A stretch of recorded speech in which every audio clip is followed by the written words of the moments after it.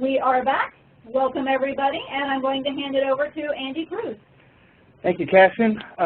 Once again, my name is Andy Cruz, and I'm the Program Specialist with the National Training Center, and I just would like to welcome all of you guys here to our first webinar in the Building Financial Management and Capacity Across the Community Action Agency webinar series. We're going to be going through some, very key points in designing budget proposals, monitoring budgets, as well as the roles of teams or the roles of different team members in designing a budget. So this webinar features different types of I guess new features that we're trying out. Not the least of which is a self-evaluation. This is just designed to let all the participants kind of gauge their knowledge before they start the webinar, and then take a look at what they've learned from the webinar afterwards. You should have already received one email with a link to the SurveyMonkey, as well as an electronic copy of the self-evaluation, so you can take it the way you'd like. And we'll go ahead and send additional materials as the webinar progresses, as the webinar series progresses. Once again, we look forward to having you guys here with us, and I'll go ahead and turn it over to Alison Maloof at CapLaw to let her start the presentation and introduce our presenters. Hi, everyone. As Andy said, I'm Alison Maloof. I'm Associate General Counsel at Community Action Program Legal Services. I am really happy that you guys have all decided to join us today for this webinar series. This webinar series does consist of 3 webinars. We will be doing webinar 1 today very shortly. We are happy to be working with a partnership on this series, which, as Andy mentioned, is intended to increase the financial and management capacity across your community action agency. I am excited because we actually have a community action agency who's going to be with us on all 3 of these webinars. It is Washington Morgan County Community Action Agency based in Ohio. They have a team that we feel follows this that we are going to hopefully talk about with you over these next 3 webinars. From that community action agency, we have Jerry Spencer, who is the Chief Financial Officer, Don Rowe, who is the Director of Planning and Development, and Carrie McNamee, who is Director of Senior and Community Services. I also want to mention that throughout this webinar, we are going to be asking polling questions. These questions are intended to give us a more in-depth understanding of your organization's processes and procedures. It will also help us to know what key concepts perhaps we should emphasize more than others. And lastly, I just want to re-emphasize the pre-survey questions. I got wind that maybe some people participating in the webinar have not answered those questions. We really strongly encourage you to do so. It helps us in the training that we offer you. Those questions are intended for you to answer prior to the series, and then after you've listened to all 3 webinars, we hope that you'll answer those questions again. And as you will see when you go to answer those questions, there is a way that you can see how well you have done if you follow through with the instructions. And also on our website and on the partnerships website, we will have posted after the series answers to those questions along with these 3 recorded webinars. So if you find that you could increase your knowledge in certain areas, then we would be thrilled if you listened again to some of these webinars. All right, on that note, I'm going to get started. Oh, I will say this. The Community Action Agency that we're working with here, Washington Morgan, has been wonderful and has committed a lot of their time on a volunteer basis to help out with this series. They are camera shy, which I completely understand. This is my first time presenting on camera as part of a webinar. So when they are speaking, their logo will pop up. I did try kind of sneakily throughout the series to put in faux pictures of how I imagined Jerry, Don, and Carrie to look, and I think they were okay with those pictures, but Just so you know, those are not pictures of Carrie, Dawn, and Jerry. All right, on that note, I just want to briefly talk about what this series is intended to cover. As Andy stated in the beginning, it's really, this whole series is to focus on a team approach to creating, monitoring, and reporting on program budgets. It consists of 3 webinars, and this first one we're really going to focus on the roles and responsibilities of the team members, and then we're going to segue into at the end of this webinar, and then at the beginning of the next webinar, we're going to begin talking about how you would go about creating that budget proposal, and then turning that budget proposal into a program budget and a tracking budget that will then be used to help with budget revision requests and reports that you would issue to stakeholders. So those last 2 bullets on the slide we're going to focus on in the 3rd webinar, the middle 2 bullets in the 2nd webinar. So in this webinar, webinar 1, it really is focused on team approach to budget proposals and starting to talk about how you would create a realistic budget proposal. In addition to talking about the roles and responsibilities of the key team members, the Chief Financial Officer, Jerry, the Director of Planning and Development, Dawn, and the Director of Senior and Community Services, Carrie, we're also going to talk about the requirements that we encourage all team members to be familiar with. We're going to discuss how you determine those requirements and how you would apply them throughout the process. We're also going to focus on determining if a funding opportunity is right for your organization, because that is also part of the team process. We're really going at this from the very beginning stages all the way hopefully to close to the end of this type of process. Also, I want to point out that one of the reasons we included a community action agency in this series is because we were very interested in having a practical perspective to what we were talking about. And so they're not just concepts, but we're going to look at a real-life scenario and walk through it. And this is a scenario that Washington-Morgan County Community Action Agency has experienced. And they're going to talk to you about that scenario within the realm of these concepts that we're going to be discussing throughout this series. So it wouldn't really be a fun series if we didn't also ask you these questions, these polling questions. So if everyone could take a moment and answer the polling question that's on the slide. It's, when developing a program budget, do you involve your CAA's financial program and planning department? So just take a quick moment and let us know how you do things in your agency.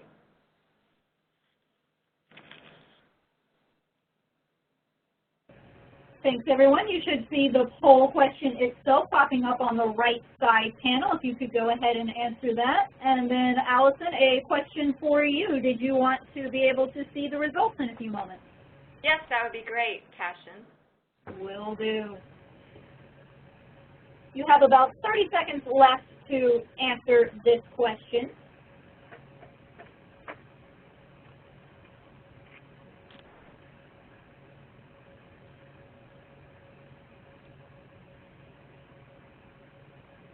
And it looks like the bulk of the people are early birds, so we may look at shortening these polls as we go through. Fantastic. Is it all right, Cashin, if I move along, or are you going to throw the results up now? And I will be posting them up for you just in a second. Great.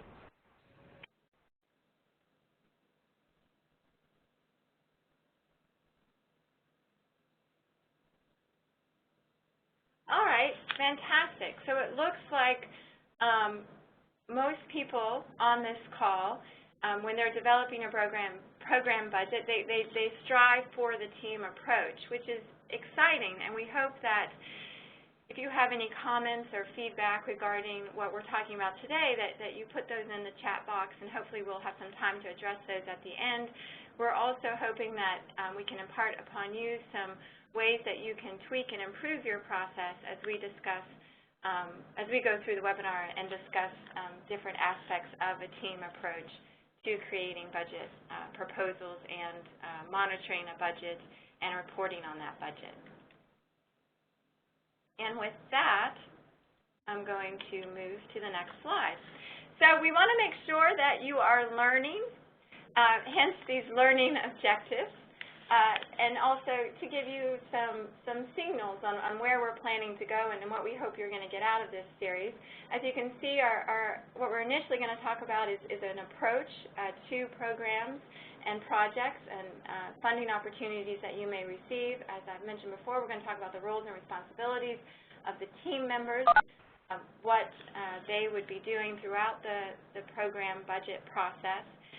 We're going to look at some applicable cost principles, and we're going to see how the different team members would go about using those, researching those, and determining their applicability. I will say that, and I'll probably repeat this throughout the webinar series, that in this series we're going to focus on OMB Circular A122 and OMB Circular A110, the OMB circulars. However, these will not always be applicable to every funding source that you may be working with, and so we will talk about how you need to make sure that you understand the requirements that are applicable to the funding that you are receiving. And lastly, we're going to begin to touch on in this webinar, and then again pick it up in webinar 2, but start with looking at how to create a realistic program budget proposal. So I'd like to go ahead and set up our scenario that we're going to talk about. This might be a familiar scenario for many of you. We're going to be looking at the U.S. Department of Housing and Urban Development Homelessness Prevention and Rapid Rehousing Program funds that Washington Morgan County Community Action Agency received. And I'm going to hand it over to them at this moment so they can sort of give you some background on this funding. This is Dawn Rao. Yeah, the sample scenario we're going to utilize throughout this 3-part series is the HUD Homeless Prevention and Rapid Rehousing Program. Our agency became aware of this funding through the state. The state was the grantee for the program, and they allocated the funds to the local community action agencies. This was a new program that was funded through the Recovery Act. The Homeless Prevention and Rapid Rehousing Program focused on 2 major program areas, the first being prevention assistance to those who were facing homelessness, and the second was rapid rehousing assistance for those who were currently homeless. Back to you, Allison. So it's important to note, and I'm going to be referring to this, and the Community Action Agency is going to be referring to this, and this is your sample 1. And it's not really a sample that is intended to necessarily impart any new knowledge on any of you, but I put it in here as a sample because it's such a crucial document. It's the Funding Opportunity Notice. And for this particular funding, a lot of the answers that to many of the questions you would ask as you walk through the process of determining whether or not a funding opportunity is right for you, and also as you try to create your budget proposal for a funding opportunity, a lot of the guidance and the requirements that you need to comply with are going to be in this funding opportunity notice. And as Dawn mentioned, with this particular type of funding, the relationship is between the state and the federal agency, HUD. However, many of the requirements in this funding opportunity notice trickle down to the subgrantee, which in this case would be the Community Action Agency, Washington Morgan County. So it's important for all team members to read this document and really understand the requirements that are in this document. And as you can see on the second slide, there is the table of contents, which just kind of gives you an overview of all the information that you would get from this document. And as we go through this series, we're going to be taking excerpts from sections of this document to show you exactly how this document plays into the whole entire budget proposal process. So if you're having trouble seeing the document on the slides, you do have the sample as part of your handouts. It is sample 1. Feel free to print that off and have that at your desk to take a look at it with us as we walk through the different webinars. So here we have another question for you guys. Who in your CAA thoroughly reads the funding opportunity notice? So take just a minute and answer that question, and then we'll get those responses and see what people have to say.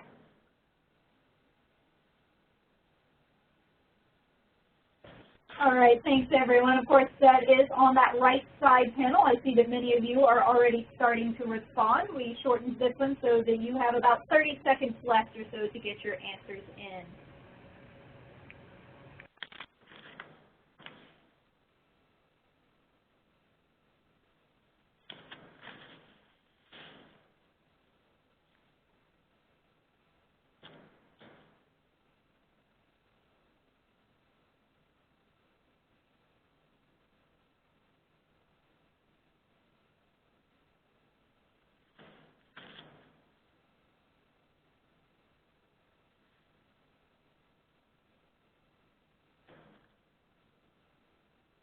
All right, the poll is ending.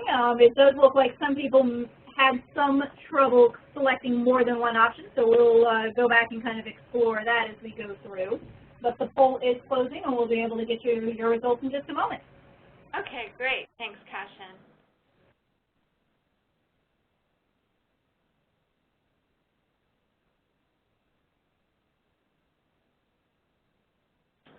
All right, interesting. So I understand from what Cashin said that people might have had trouble clicking on all of the different options, but so this may not be the most accurate result, but it's interesting to see that the planning director is the one person who is mostly involved, and then it kind of trickles down, program, executive director, and the financial director. Again, this may be because people had trouble clicking multiple answers. And then 24% said they don't know, which is also an interesting result. So again, we encourage all of these key management players to thoroughly read the funding opportunity notice, and we're going to get into that more as we move along through this series.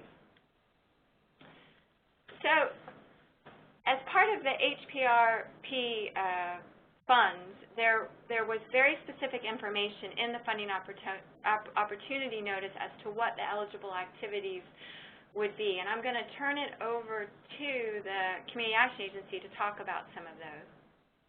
Hello, this is Carrie McNamee again with Washington Morgan Community Action. And as Allison said, the HPRP had target populations, and as described in the grant application and funding notice, the Homeless Prevention and Rapid Rehousing Program, or again, as we said, HPRP had two main areas of focus. Homeless prevention, which was defined as currently in housing but at risk of becoming homeless, or in need of temporary rent or utility assistance to assist in moving to another unit. And the other category was rapid rehousing, which the people had to be experiencing homelessness, which was as defined by HUD, or in need of temporary assistance to obtain housing and retain it.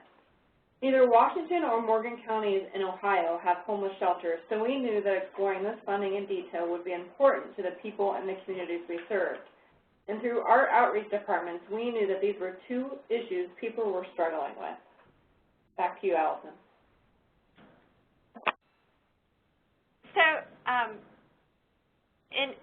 in helping those target populations, the funding opportunity notice made clear that there were certain areas, what they refer to as eligible activities, areas for which you would be able to spend the money that you received from the funding source to help further the purposes that Carrie was discussing in the prior slide. So as you can see on this slide, the four areas of eligible activities are financial assistance, housing, relocation, and stabilization services, data collection and evaluation, and administrative costs.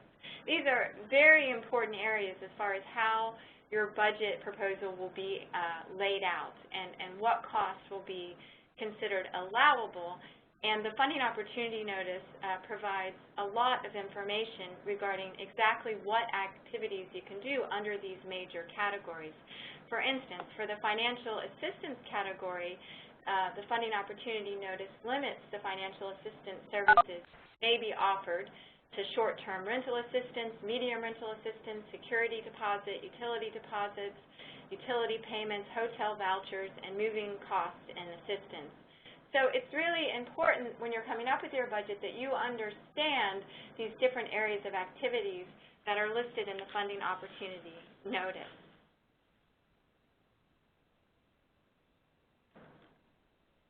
All right, I'm going to move, I think, to the next slide.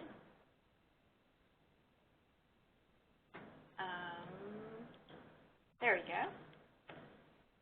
So in part of preparing for a budget proposal and determining whether or not it's the right funding opportunity, it really basically involves a lot of asking questions and researching as a team to get answers to those questions. So I'm going to let the Community Action Agency talk about their process in relation to the HPRP program, but these questions that they're asking themselves would probably carry over to many of the different funding sources that you may look to fund programs that you're trying to offer your community. Hi, this is Spencer. In preparation for taking a project to the executive director for permission to apply for a project, as a team we would sit down and talk about some very basic questions before we put a lot of time and effort into the project. First of all, we would look to see if it was an appropriate grant for our organization. For example, if you're looking at a project that's going to increase rural utility availability, and the applicant has to be a current rural utility, then obviously, even though you have an unmet need in your community, we would not be an eligible applicant. So first we want to look to see if the project's going to fit in our we also want to know if there are unmet needs in our community. And each of these items will be discussed as we go along in future slides. The process of whether or not a project fits in our strategic plan is almost a moot point, because our strategic plan is always to serve unmet needs should resources be available. Then we look at what kind of funds are available to carry out the project. Are they public monies? Are they private foundation grants? And we also look to see whether we can afford to carry out the program financially, and we then look to see if a letter of intent is required before we submit a proposal and before we take that information to the executive director. And I'm going to turn it over to Dawn to talk about a letter of intent. This is Dawn Rao. The sample before you is a letter of intent for a VA grant. The HPRP program that we referenced in the previous slides did not require a letter of intent, but here is a sample of what one would look like. It's very important that you read your funding opportunity notice. It will outline whether or not a letter of intent is required and the deadline for submitting them. Most of the times, there can be a varying degree of time when they're required. Some want them several months before the actual formal application comes out, or if you're working with foundations, it may be only a couple weeks before they request formal applications. But this is usually the first step in going after a grant proposal, and they can be very simple ones like the one before you. This was a pre-drafted one. The NOFA, when it came out, directed you to the VA website, and there was pre-drafted sample letter of intent on the website. When you're working with a foundation, they will usually have an online system, or you may have to submit hard copies. They ask for increased detail as to funding amounts, who you're going to serve, what counties you're going to serve, and your target populations. But it's very important you will get this information from the funding opportunity notice. That's why it's very important that your entire team read that to get all the specific details. Back to you, Allison. So here we have some more questions and research that a community action agency would determine if a funding opportunity is right for them, and also these questions will help to set up the kind of budget that they're going to put together if they decide to move forward with that funding opportunity. So Jerry, would you like to talk about a couple of these questions? Yes. As community action agencies, we have philosophies on a lot of things, and one of the things we probably all have philosophies on is whether or not we will operate programs or grants that cap administrative costs at below the CAA's administrative cost, actual cost. For example, if the grant provides 1% administration, is the CAA willing to support the administration of that program from unrestricted funds? Again, this is an example of why we have these philosophies and why we talk about them, because we need to build capacity not just at the executive director and CFO level, but across the agency so that the entire team is learning for future reference. We also need to determine whether the grant requires a match, and if so, what kind. Can we meet the match? Are there administrative expense requirements or caps? And what basis are shared costs allowed? And then also, is the CAA an eligible applicant, or must the applicant be a unit of government? And if the applicant be a unit of government, which unit of government is most appropriate, whether you go county or city? And these are some very basic research questions that the team would evaluate before deciding whether or not to move forward with the process. And back to you, Allison. Great. So many of the answers, as I mentioned earlier, to these questions, much of the research would be done really by simply looking at the funding opportunity notice. And one example of this, since everyone talks about match, and match is not always the easiest thing for community action agencies to work with. As you can see here is an excerpt from the funding opportunity notice that specifically says that with this particular HUD funding, the HPRP, grantees are not required to match the funds. Now, what's also important to remember is what I mentioned earlier, that the grant agreement for this particular funding is between the state and the federal agency, and the community action agency in this instance is a sub-grantee. However, as I also mentioned earlier, the requirements will most likely, as in this instance, trickle down. So it's very important that sub-grantees read and look to the funding opportunity notice for the answers to many of these questions that will be crucial in outlining the kind of budget proposal that they will be submitting. So as Jerry mentioned, the ultimate decision as to whether or not to pursue a funding opportunity really lies with the executive director and the board of directors. So all of this research and team effort that's going that is occurring is really intended to provide more in-depth information to both the executive director and the board of directors, so they can decide if this opportunity is ultimately one with which the organization will move forward. It is important, as previously noted in one of the earlier polling questions, that the executive director read the funding opportunity notice. I know that this sounds in some ways simplistic, but we have actually had questions here at Community Action, at CAP Law, regarding a community action agency that one of the program directors at another site, this community action agency had multiple sites, one of the program directors actually worked with the local government to help the local government get funding to help renovate one of the community action agency's buildings. And the executive director found out about all of this relationship.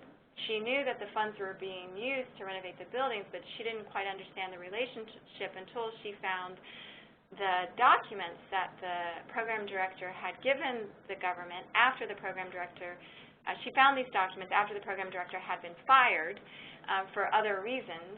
And when she looked at the information that the program director had submitted to the local government, she realized that some of the information that had been submitted was not correct.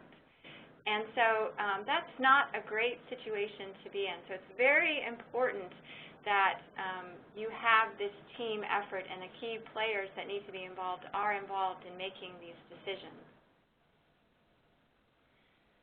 So another sample that's a part of your handouts is this project timeline.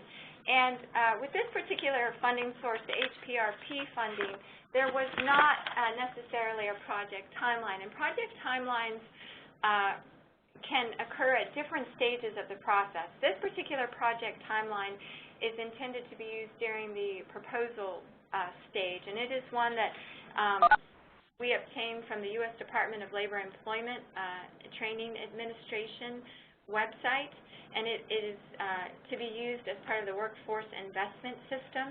And as you can see, it lists out the major tasks, when they need to be completed, who are the responsible parties, and any sort of notes that help to keep track of what's happening and maybe where things need to be done or who's doing what if multiple parties are working on something and there needs to be more description as to what exactly they're doing. That could be in the notes section. You have a full copy of this as part of your handouts, and again, what you use for a particular program may be dictated by the funding source or may just be something that you have come up with internally in your agency.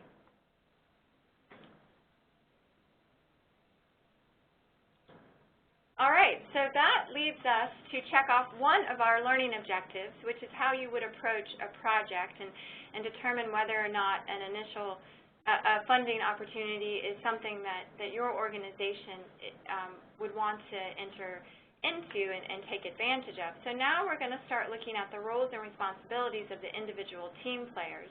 And before we do, just want to generally talk about what the team as a whole would do.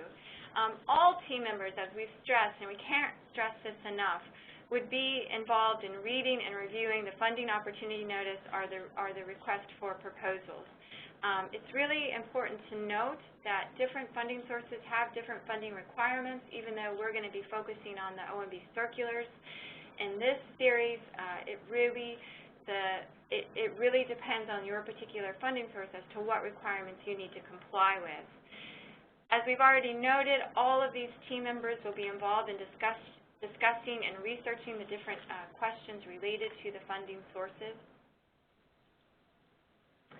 And they'll also be involved in determining the project scope and the funding needs. And a lot of those questions that we previously discussed will help to flesh these different areas out, whether or not you need to consider potential partners, reviewing the capacity of the organization to operate this program, will it fit in with the other programs you're operating, and to develop and review the timeline if necessary. If your organization works better with one, we always recommend one, but sometimes it's not necessary depending on the size of the organization as to whether or not you need a timeline. Carrie, Dawn, or Jerry, do you have anything to add? No, not of this slide. Thank you, Allison. Great. So now we're going to talk about the specific roles and what each team member would do. And so I'm going to turn this over to Dawn, the Director of Planning Development at Washington Morgan, to sort of talk about her role generally and also in relation to the HPRP scenario that we're discussing. The planning director's role at our agency is to establish the initial contact with the funders. This may be through the state, federal agencies, foundations, local governments, really to manage the award process from beginning to end, from the very first reading of the NOFA through the preparation of the grant application and on through the final reporting process once the program has finished. One of the first things that we do whenever the planning department is giving a NOFA or funding opportunity notice is to thoroughly read that notice and create an outline summary for the executive director. That summary contains the funding information, amount, the objectives, who's an eligible applicant, and the rating systems. Once that is prepared for the executive director, he would review it and give us authorization to pull the team together to move forward in applying for this funding. The planning department sets up team meetings to review the RFP and outlines with the program director and the CFO. The program director works with the planning department to outline the services and begin drafting the narrative, again, strictly adhering to the funding opportunity notice as to what the required information is. You need to be very careful when looking at it. There are word limits occasionally, so you need to make sure your narrative is very concise and you're fulfilling the requirements. Once the planning department and the program director have the services laid out in narrative form, we work with the CFO to develop the budget assumptions for the program. And if you move on to the next slide, there is a sample rating system. The HPRP program that we were mentioning earlier did not have a rating system, but here is one that we pulled again from the Veterans Program. When you're reading a NOFA or a funding opportunity notice, a lot of times they will have the rating criteria right in it. You need to make sure you're reading that very clearly. A lot of times you can determine very quickly whether or not your agency has the ability to meet the point requirement required to get funding. And you can go through the slides that list each area and how many points were assigned to each area. This is very helpful for helping you outline your strengths and weaknesses of the agency.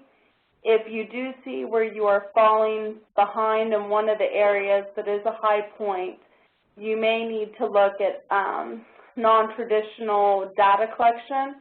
You may need to go outside of your normal census.gov or wherever you're gathering your data to look for things to at least identify why you are weak and how you're moving forward, what your process is. You want to try to make sure you're always getting as many points as possible. But again, that's something the team will look at. Once the executive director has authorized the team to move forward, we will sit down and look at these point categories and determine where we can get the most points and how we can document that we have the approach and we have the ability to carry the program out. Back to you, Allison. Great.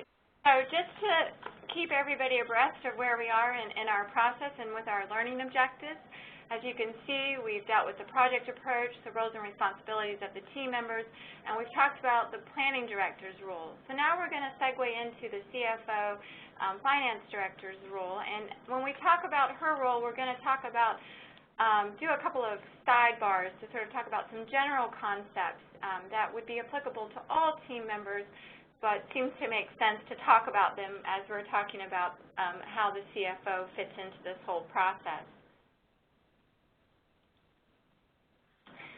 So before we delve into that, another polling question. Does the CFO, financial director of your CAA, assess your CAA's financial position before applying for a particular funding source? So if everyone could just take a moment to answer that.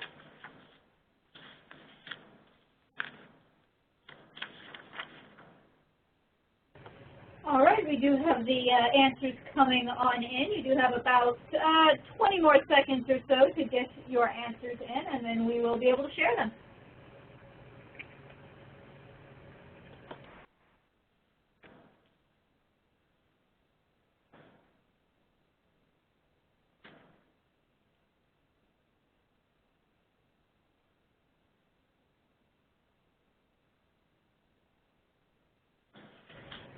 All right, the poll is officially closed, and I will be able to display for you momentarily. That would be great. Thanks, Cashin.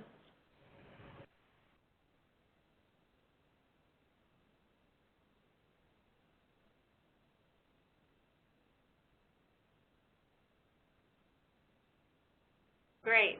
So it looks like almost half of the people on the line, their CFO or financial director is involved in making sure that the CAA's making sure that they know what the CAA's financial position is before they apply for a particular funding source.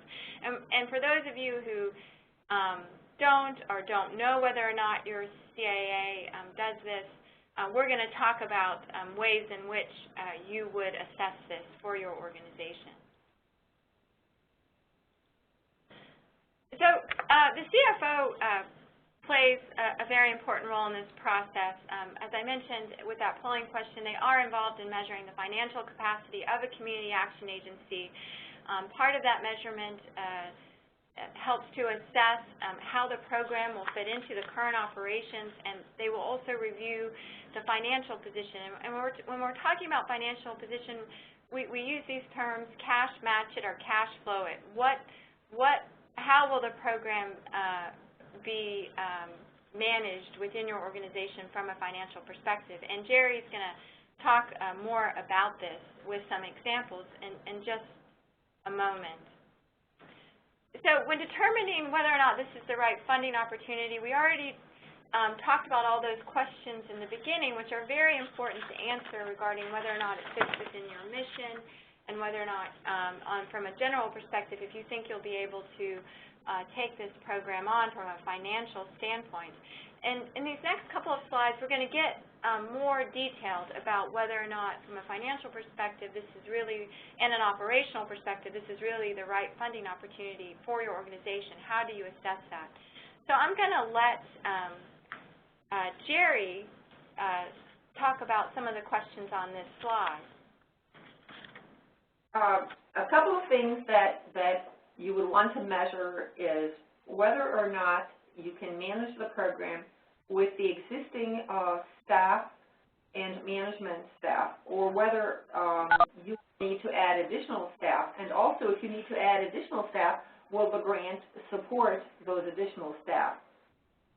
We're going to talk in detail about a match and cash flowing and further slides after the sidebar on the treatment of costs.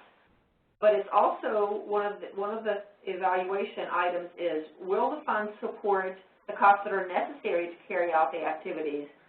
Because it may be necessary to streamline the activities and streamline the functions so that they fit within the available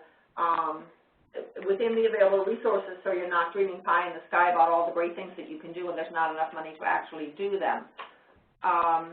We, as CAAs, know our communities. We see what kind of needs there are out there. And to be successful, we really need the management team to be the pulse of the community, to really know what's happening, not just what's happening now, but any emerging needs. And having the executive director or the CFO or the board members carrying out these tasks is really not the whole picture. The team members need to be involved as well in order to build capacity for the entire organization.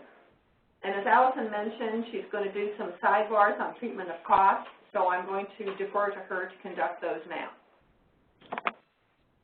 So just in general, a very important aspect of this whole entire budget proposal process is really determining, as we've mentioned all along, what are the cost and administrative requirements that will apply. It's important to understand, even if it is the federal cost principles or the federal uniform administrative requirements that do apply to the funding source, as they do in this instance, you must make sure that you are aware of any deviations from the federal rules that could exist. You want to determine how those deviations will impact your decisions as to whether or not to apply for a funding source. Jerry, would you like to speak about that just a little bit? Yes, it's important to know whether your state has cost principles that are more restrictive, because the grant agreement is going to be between the CAA and the state. And each state has thresholds. For example, A122 has a threshold of $5,000 for equipment. Yet one department of your state may use $1,000 as the threshold, and another might use $300. So knowing which department of the state will enter into the contract with your CAA is going to be very critical in terms of building your budget and how you categorize your costs. It's also important to know that the state may have different rules with respect to budget revisions, and we will deal with budget revisions as we go further into the next series of webinars. And I'm going to let Alison talk about treatment of.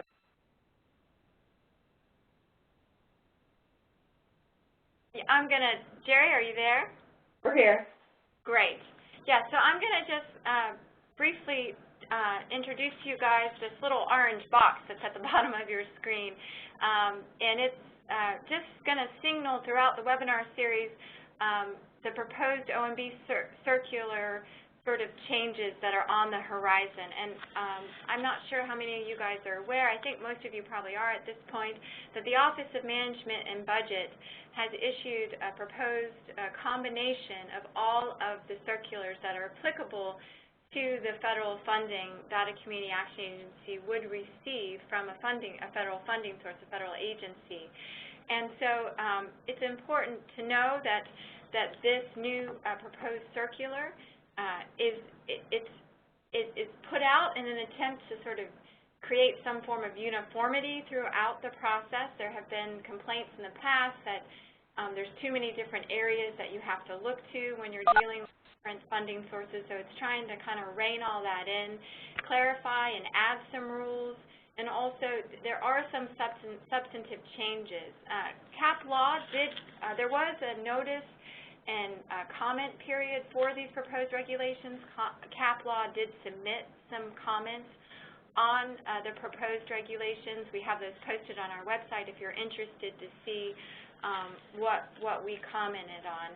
Generally, we think that in most areas the combination will help to improve the process. There are some areas that we do have some concerns about, and we did voice those concerns in our comments. But when you see this orange box at the bottom of the screen, it's going to just touch on what the proposals are for the future, but you should know that right now, OMB Circular A122 and OMB Circular A110, as it is in its form now, is what will apply until we hear otherwise. Most likely, the earliest that the final regulations would come out would be sometime in 2014. So just to continue quickly with this sidebar, we don't want to get too detailed about all of this, but it's very important when you're developing a budget that all the team members understand these concepts related to the treatment of cost. Again, we're focusing on OMB Circular A122 because all CAAs deal with it and it is applicable to our scenario. A key concept regarding cost is that all costs which benefit a cost objective may be charged to that cost objective, but there are 4 different types of costs that we're going to be looking at here. Shared cost, direct cost, administrative cost, and indirect cost. And before I just briefly describe each of those costs, it's important for everyone to understand that OMB Circular A122 is set out in a very specific way. The very beginning of the circular talks about general principles, requirements that you would look at to decide generally if a cost is allowable. It also talks about how you would treat direct and indirect costs, and then it talks about specific items of cost. So it goes through and tells you, well, this item of cost will be allowable flat out or unallowable flat out, or will be allowable if certain requirements have been met. So all of these areas must be reviewed when you're trying to determine whether or not a cost would be allowable. The worst case scenario would be if you didn't understand when costs are allowable, you're working as a team, the program director who hasn't really read the notice thoroughly ends up submitting a budget that hasn't been thoroughly reviewed by all the other team members, and there's an unallowable cost in there, and then you don't get the funding because of that. So that's why it's so important that all members really understand these different areas of cost. Just real quickly, direct costs, the cost that can be identified specifically with a function, program, or award, directly tied to it. So for instance, if you have a Head Start grant and you are employing Head Start teachers, they're going to be solely working for the Head Start program. Their costs will be directly tied to the Head Start program, and they would be paid from Head Start funds. Shared costs are those costs that cannot be easily identified with any certain program or funding. They'll cover multiple different fundings or sources or programs. Some examples of a shared cost might be the rent for a facility in which multiple programs are housed. Then you have administrative costs, which it's important to note that administrative cost could be a direct cost or it could be a shared cost. And we're going to go over an example in Webinar 2 with this particular program, the HPRP program, how a cost that would typically be thought of as an administrative cost, actually for that program, the subgrantees were directed to treat it as a direct cost. Examples of administrative costs that would be a shared cost would be board support, overall strategic planning, human resources, IT management. And then lastly, we have indirect costs. And those costs are costs that, again, cannot be identified to a particular program or funding source. They are often also referred to as shared costs. An example would be the executive director's salary. Since the executive director oversees the whole entire agency and works on multiple different programs, his or her salary would most likely be paid for out of indirect costs. So when you're trying to determine if a funding opportunity is right for you, here are some more questions that we would recommend that you go through in addition to the ones that we've already looked at.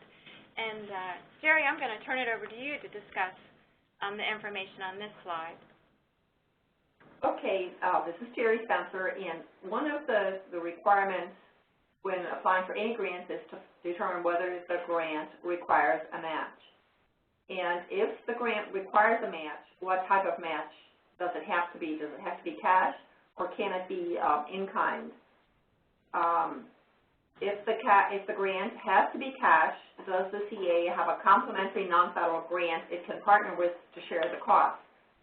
If the CAA has a complementary non-federal grant, then the eligibility, timeline, scope, etc. must be the same as the federal grant, and the work has to be done within the federal grant period in order for it to be allowable match. For example, if the CAA has a similar housing assistance grant, but that grant ends on June 30th, and you're receiving a federal grant that starts on July 1, the services delivered, even if the clients are the same and all the criteria were the same, by the grant that ended June 30th cannot be counted as match. It's also important to know that when match is counted, it cannot be counted more than one time, and that is not just be counted more than one time by the CAA. It cannot be counted more than one time, period. So if the CAA intends to use state funds to match this federal grant, they first need to have this to notify the state and request whether or not the state has used those grants or any portion of those grants to match a federal grant between the state and the federal department. Because if they are counted by the state, then they cannot be also counted by the CAA. The CAA also needs to look at if the CAA does not have a complementary non-federal, can it partner with somebody to share those costs and have them count as in kind, again ensuring that they are not federal or have not been counted elsewhere. If there is no partner and the cash match is required, then the CAA has to determine whether it is willing to use unrestricted corporate funds for match. And this is a team discussion because we're talking about capacity building, so it's not enough for the CFO or the executive director to have this information. As we're talking about capacity, it needs to be building capacity in skill as well as resources. So it's critical to involve the entire team. One of the other things that you need to look at in terms of applying for a grant is the cash flow. How will this affect your cash flow? Does the CAA have, or is it willing to commit corporate cash to cash flow a program? We all know we cash flow our grants for the most part, but the question that we need to ask is, if we carry one more program, is one more too many? Does the grant require reimbursement? Is it monthly? Is it quarterly? Because if it's monthly, it's really not monthly, it's 2 months, because you deliver the services for a month and you submit your invoice. And so you're really talking about carrying the grant for 2 months. And if it's quarterly, it really means you're carrying the grant for 4 months, because you're going to do your quarterly expenses, turn in your invoice, and hope to get paid within 30 days. We included in the next slide some examples of cash match. Cash flow is something that the executive director and the CFO need to evaluate on an ongoing basis. But in terms of building capacity across the agency, it's important that program directors be involved in this discussion also, because they are constantly looking for opportunities to serve unmet needs. So the decision is, do we have sufficient corporate unrestricted cash to cash flow another program? And when does the CAA say that we can't tie up any more cash to cash flow programs? For example, in the example we showed, we say that the cash outlay, we would estimate it to be $25,000. We currently have 45% of our corporate cash committed to cash flow, and are we willing to commit an additional $25,000? And in our case, the answer is yes, but that is not necessarily the case in all agencies. And another example we've attached is cash match. If the grant is $150,000 and you have to come up with $37,500 in cash to match it, the team needs to evaluate that to see if the agency is willing to commit the $37,500. If the agency is not willing to commit the $37,500, is the agency willing to apply for a grant, for example, from a private corporation or a foundation to supplement this match? Can we look to local governments or foundations? And again, this is an agency philosophy because some agencies believe that it is our responsibility to bring resources into our communities and to be givers and not takers. So before we look elsewhere for matching grants, it certainly needs to be cleared with the executive director. And the other thing is you don't want to have program directors applying for matching grants within the organization because you may be competing against another program for the same foundation grant, which is why it is absolutely critical to get the approval of the executive director before you move forward. And again, looking at cash flow or cash match, now if you're in the next slide, if you are required to have $37,500 in cash match and yet outlay $25,000 to cash flow it, how much unrestricted cash is really tied up in operating the program while waiting for the reimbursement on top of the cash match? And is this something that the corporations can afford from a cash standpoint?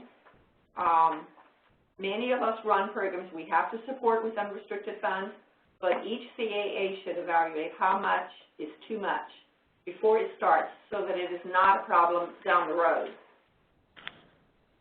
Back to you, Allison, for the next slide. Great. Thanks, Jerry. The CFO will also, as a part of measuring the financial capacity of its community action agency to take on these funds, needs to ensure that they have the financial system in place in order to monitor and track the money. This type of system will often be dictated by the funding source requirements. In our particular example, it is HUD's codification of OMB Circular A110, as you can see on this slide, 24 CFR Part 84, that dictates what kind of financial management system should be in place. With any type of funding that you receive, you would need to make sure that you understand what those requirements are. As you can see in the orange box with the proposed circular variation, supposedly if the proposed circulars are finalized, one of the major intents, as I alluded to, of this proposed super circular is that there would be no more specific agency codifications of the circulars. So that does not mean that an agency might not have additional requirements that would be within the funding opportunity notice or in the regulations that would be associated with that funding. Rather, they just wouldn't have a separate codification of OMB A110 as we do now with the different agencies, HUD's being 24 CFR Part 84. A lot of you are probably familiar with Department of Health and Human Services codification of OMB Circular A110, which is 45 CFR Part 74. Jerry, would you like to talk a little bit about accounting software? Yes. In webinar 2, we'll go into a little more detail about accounting software. At this point, we should have software that has the flexibility to meet the complexity of our organizations. Very few of us are single purpose, single grant funded. So the software is going to be very, very critical in allowing us to have financial management systems that will provide the information not only to current users but to end users. So in webinar 2, we talked a little bit more about drilling down in financial management systems and in software, and so we'll defer that discussion until webinar 2. Suffice it to say now that the software should be able to be very adequate to meet the complexity of multiple funding sources and multiple tracking items within those funding sources. And Allison, I'll let you take the next slide. Just as a sidebar, if we look at the particular financial management system requirements that are a part of OMB Circular A110, and in particular HUD's codification 24 CFR Part 84, you can see here it really gives the guidelines, the parameters as to what the Community Action Agency needs to have in place in order to make sure that the funds that they're receiving are being safeguarded, that they have to have internal controls in place. They want to make sure, as required by the funding source, that they're looking at actual to budget comparisons, and we're going to be looking at that with the tracking budgets that we're going to be talking about in Webinar 2. You can also see here there's several other requirements that would apply, which is complying with the federal cost principles and also making sure that you have the proper documentation in place for your accounting records.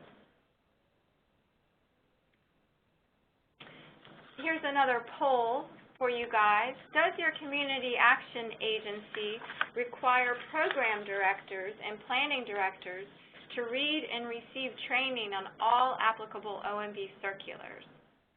Take a moment to answer that and let us know.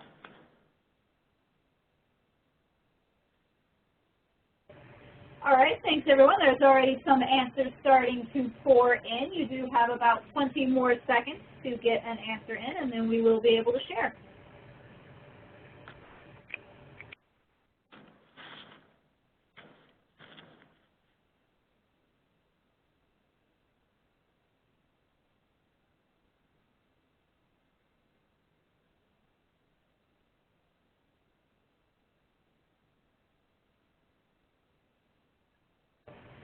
All right, the poll is officially closed. We will be able to display that for Allison in a moment, but we are good to go. Great. All right, let's see what these results are.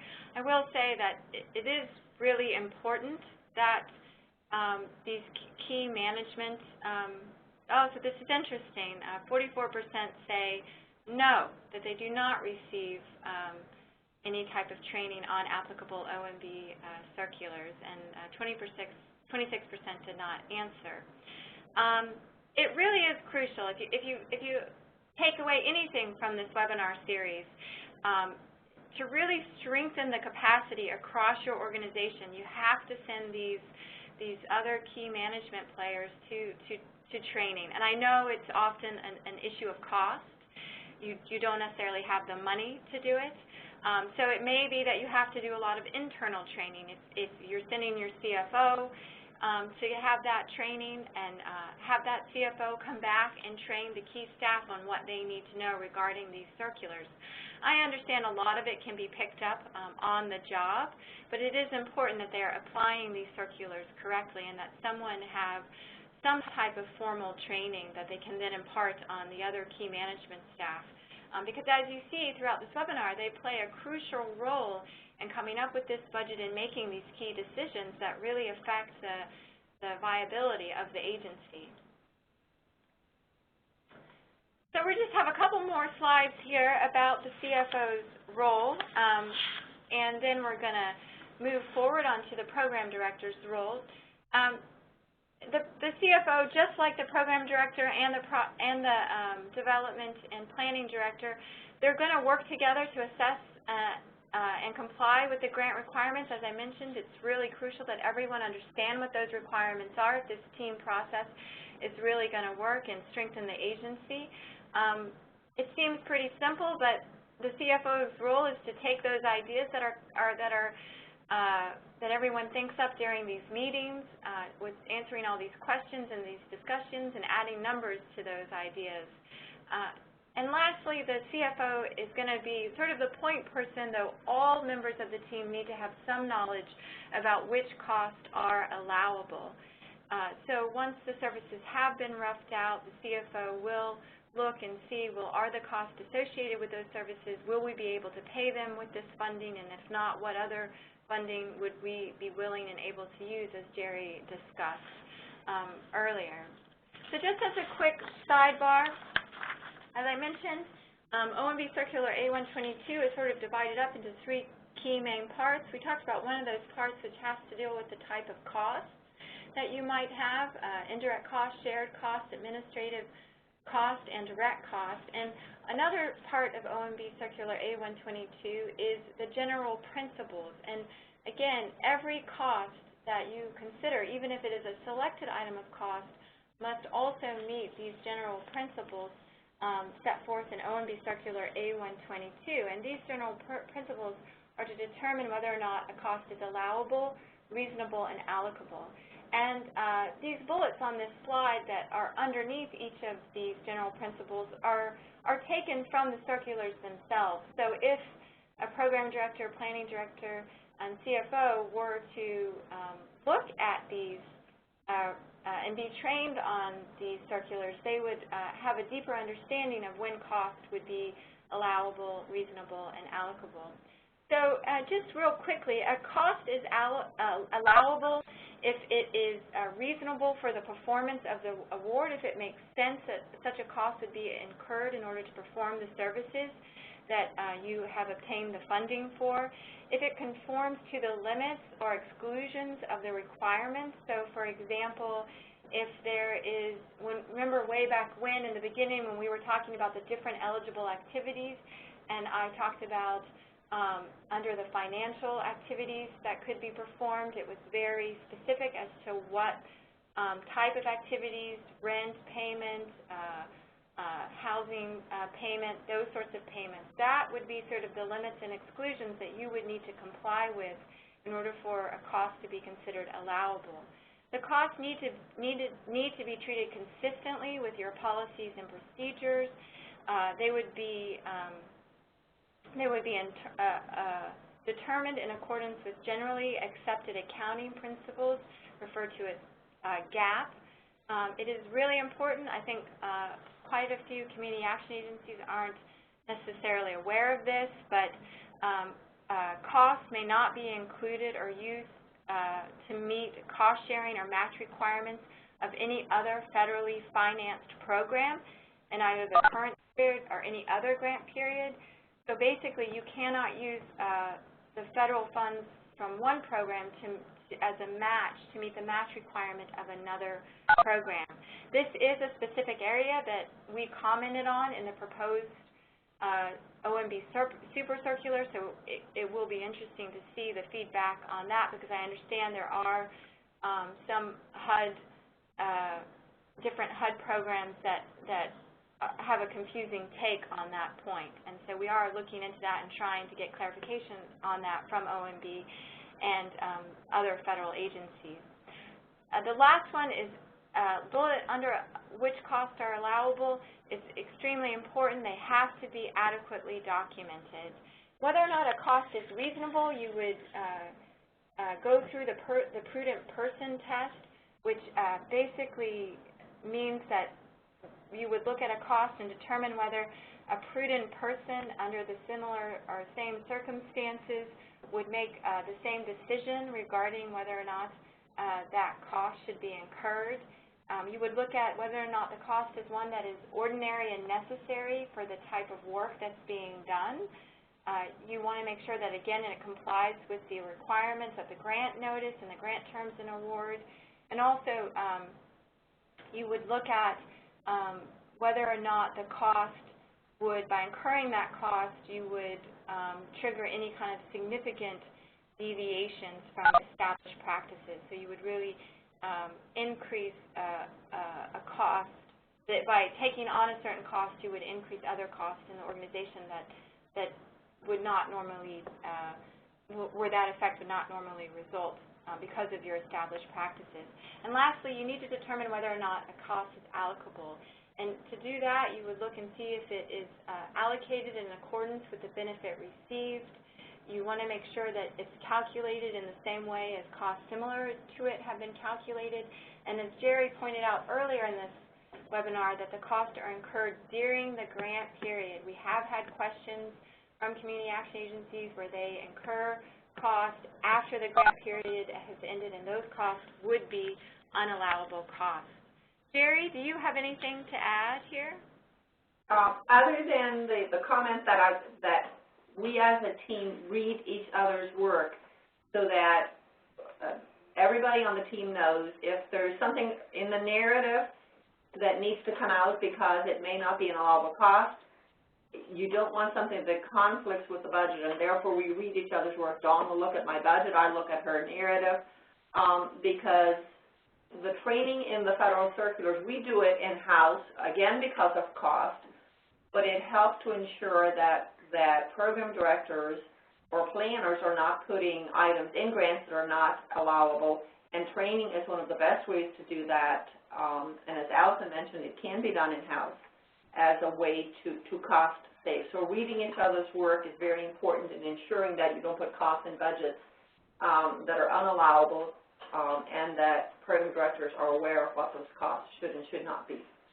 Thank you. And even though that training may, seem like you're putting a lot of time that you don't have up front towards something, it really, and I think Jerry and her team could speak to this, it really makes a difference. I think overall it makes the process more efficient as you move forward if everybody is knowledgeable about these different requirements. So now you can see from our learning objectives, we have done well so far. We have a little bit more to cover and a little bit of time to do that in. We have talked about the project approach. We've touched on the roles and responsibilities of the CFO and the planning director. We're going to head now towards the program director. We've also talked about how you would determine and research the applicable cost principles and how important it is for all the team members to be aware of the applicable cost principles as well as the uniform administrative requirements that might apply to your funding that you're receiving. All of this is going to inform the creation of that budget proposal, which we're going to start touching on in this webinar, but really delve into in webinar 2. So I'm going to turn it over to Carrie to talk about her role as a program director generally and perhaps in context with the HPRP program. Hello, this is Carrie again. Again, as Alison said, I am the program director here, or one of the program directors here at Washington Morgan Community Action. And program directors do have an important role on the management team. The role of the program director is to think about and plan how to carry out the program. So the things I think about are staff. Do we combine it with another program, or is it a new hire? Is it part-time? Is it full-time? Do we have the space? Do we have office space available? Where is it available? Equipment needs, is computers, printers, phones, etc. Requirements such as data required, applications, forms, reporting, how and how often, and what tools are available to us to use, whether it be from the funder or things we may have in-house or other community action agencies who've already been part of a program before. Training, where, how long, how often, and also is travel required. So Dawn and I will brainstorm about how we see the program operating, meaning staff, clients, and communities. So Dawn will take what we discussed and put it in a narrative form, and we work closely with the executive director to ensure we're on the right track with our thinking for the program. And then Jerry and I will discuss the cost of the program. What is the total budget? What are the costs, staff, direct service, training? And again, going back to what are the limitations. This is important because the program director will manage the program and be responsible for reporting data, success, issues, etc. We will go more into the role of the program director in webinars 2 and 3. Back to you, Alison. Great. So as you can see here, our learning objectives, again, we want to make sure that we stay on track. We are now to the actual program budget proposal. So we're going to just start talking sort of generally about creating a realistic budget proposal. But again, as I've mentioned throughout the webinar, we're going to really delve into the budget proposal and the actual budget categories in webinar 2. So it's really important that everyone understands exactly what a budget proposal is about. That really dictates how it will be created. And a budget proposal is just the project expressed in terms of dollar signs. and the money that you're going to need to have this project be successful. It's very important that the budget proposal be very flexible so that it can anticipate when necessary changes to your program, because as we'll see in the examples in the next, as we discuss the example in the next webinars, there were changes to the HPRP program that Washington Morgan facilitated, and those meant changes to the budget. The budget needs to look forward and really should be a plan of action. There are different types of budgets, as I've been talking about, and I just want to, it seems sort of clear, but just to make sure everyone's on the same page, we are talking about a budget proposal. We're also talking about the finalized budget, program budget, and also tracking budgets. And each of these budgets would be for all of the different programs individually, and then we're going to talk about how you report on those later as a whole in webinar 3. Jerry, do you have, or Carrie or Dawn, have anything to add about creating a realistic budget proposal? Alison, this is Jerry. One of the things I would say is that there is a lot of talent in the community action world, and we need to remember to contact and work with our fellow community action agencies. As Carrie mentioned, if somebody else has done a similar or comparable program, then we can get ideas and thoughts from them also. So sharing information not only internally builds capacity, but sharing information with our fellow members, our member community action agencies, also helps build capacity across the network.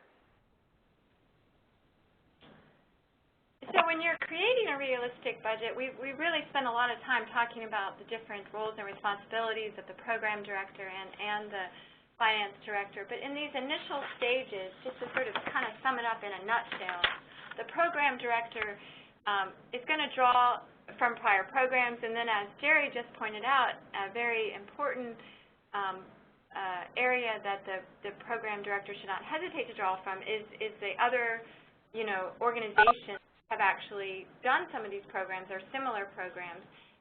So he or she will draw from all of these different areas, of course, the funding opportunity notice, and looking internally at the CAA's own operations when deciding and working towards developing a program budget proposal. And the finance director is really going to see the big picture and consider all the possible expenses that could be associated with the services that the agency, the organization would like to provide. All right, we have another polling question for you. Does your CAA review budget revision requirements for each program prior to preparing the budget proposal? So let us know what you guys do in your organization. All right, there are a few answers coming in. People will continue to participate with us on that right side panel with the poll question. You do have about 20 seconds left to get your answer in.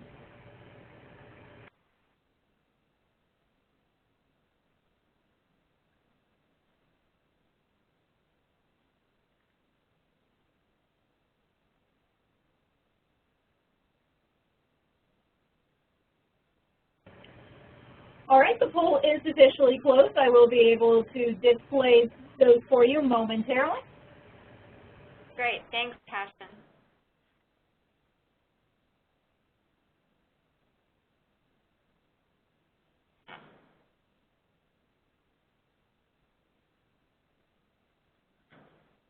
Oh, great. It looks like 45% of you do, which is good news. You should. It's sort of a leading question, these polling questions. You really do need to, and this is the last bullet on this slide, understand the requirements for budget revisions, which we'll talk about in just a moment.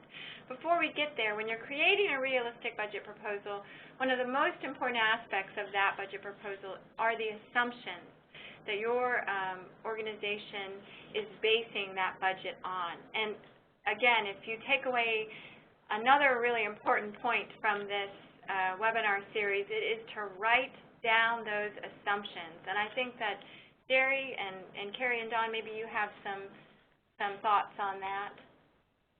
This is Jerry. One of the things we face as agencies is the time lapse between the application submission and the notification of award, and then the execution of the grant period.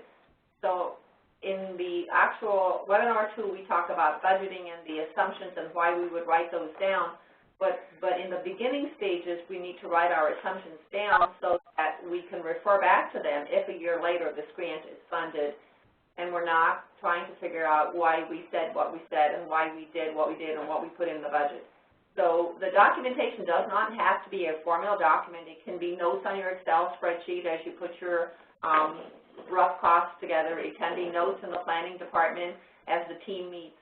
It does not have to be a formal process, but it is very critical that the assumptions be retained just for your own reference and for easy access in moving forward when the grant is funded. Thank you.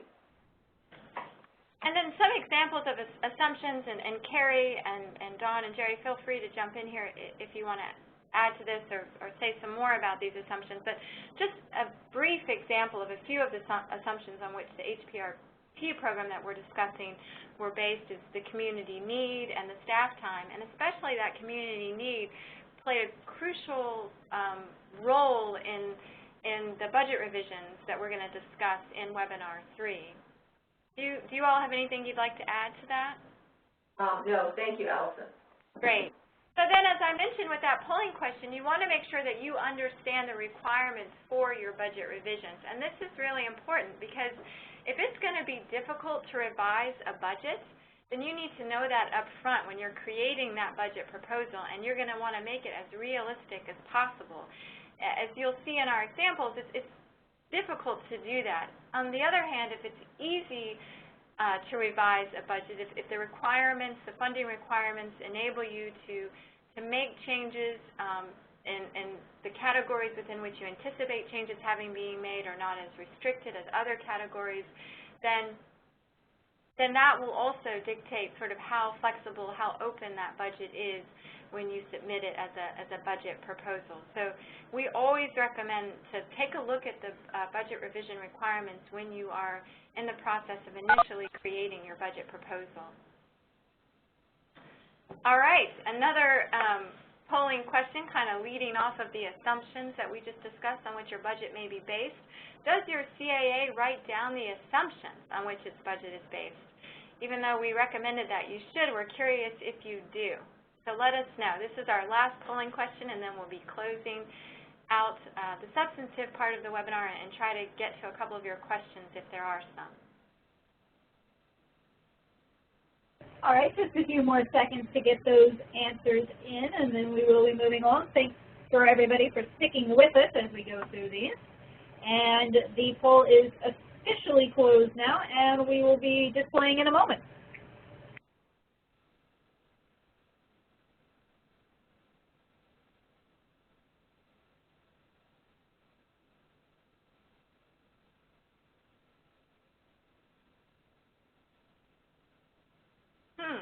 Interesting.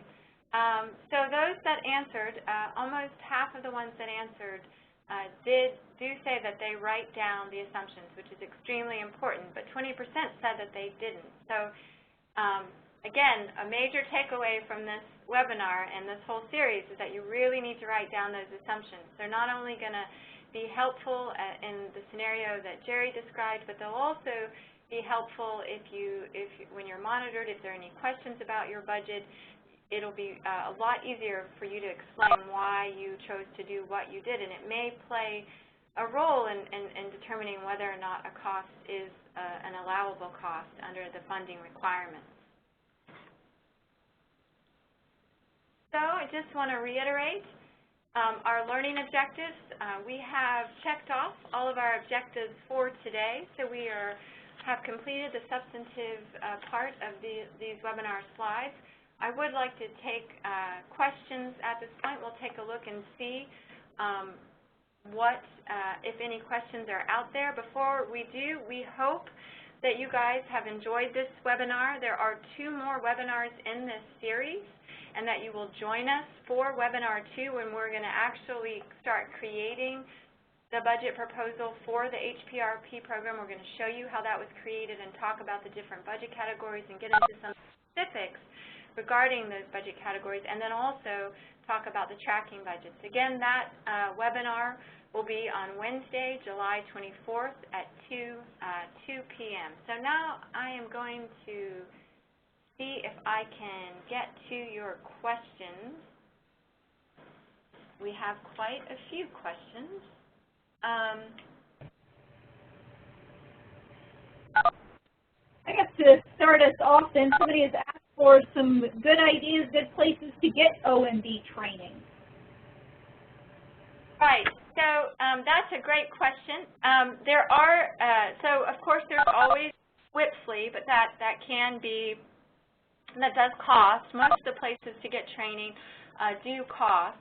CapLaw, it does do some trainings. We have some information on our website talking about how to treat costs.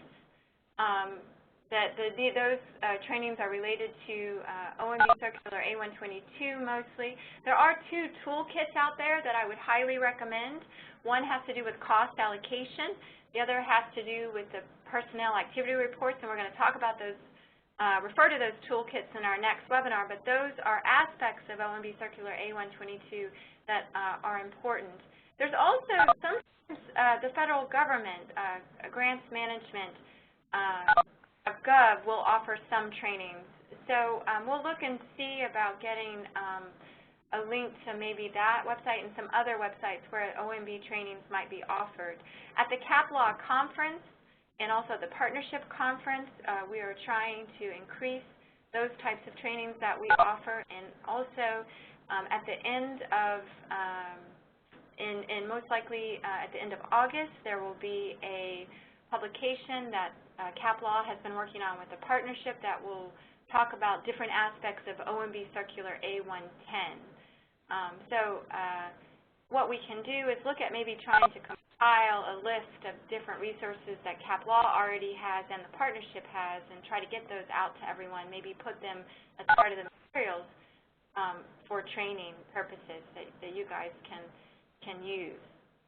Allison, this is Jerry. I would also say that many of the state associations have regional and local trainings, and many of them have training arms that conduct training on the federal circulars.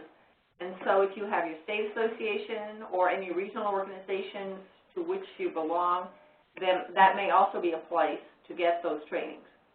That's a great point, and I will say this, is that, you know, all of your states receive training and technical assistance funding, and some of that funding is passed on to your state associations. So you shouldn't hesitate to talk to people at the state level and at your state association and encourage them. I mean, most, if not all, state associations are, the board of directors is made up of executive directors of the agencies in your state, and so you do have some influence over the type of training that they would provide. And you know, having a good financial management training, bringing in some key consultants, I mean, that's a great way to educate a lot of people more cost effectively than if your organizations just send individuals to all these different conferences. I'm not seeing, and Cashin and Andy, let me know. I'm not seeing any questions right now. Am I missing anything? You do not. We apparently have a quiet bunch. Maybe they're just taking it all in, and we will receive a bunch of questions as we close out today, which leads me into a note for everyone. Please do go ahead and send in these questions into that Q&A box. We will be open for a couple of minutes at the end to try to capture those. You can also email them to Andy at acruz@communityactionspartnership.com, and we will work into either an FAQ or maybe a couple of minutes in one of the other sessions to catch up on any questions that are late breaking. And again, I want to encourage everyone, those questions that Andy sent out with the handouts for Webinar 1, I want to encourage everybody to take those. I worked on those questions with the community action agencies with the Community Action Agency and with my colleagues here at CAP Law. We are really trying hard to test your knowledge. I think some of them are a little bit tricky, so I'd be curious to see if you guys feel the same way and see kind of how these webinars help you in increasing your knowledge by answering those questions again at the end of the whole series. The handouts for Webinar 2 will be coming to you most likely by the end of the day tomorrow. That's Tuesday or early Wednesday morning, so keep an eye out for those. With that, I think that's about it. Anything else you'd like to add for now, Cashin or Jerry, Dawn, or Carrie? No, thank you everybody for participating in the webinar. That's it on our side as well. We look forward to virtually seeing everybody again on Wednesday. Great, thanks everybody.